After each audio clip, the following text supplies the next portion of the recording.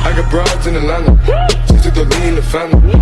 Credit cards and the scammers, getting no licks in the band. Legacies.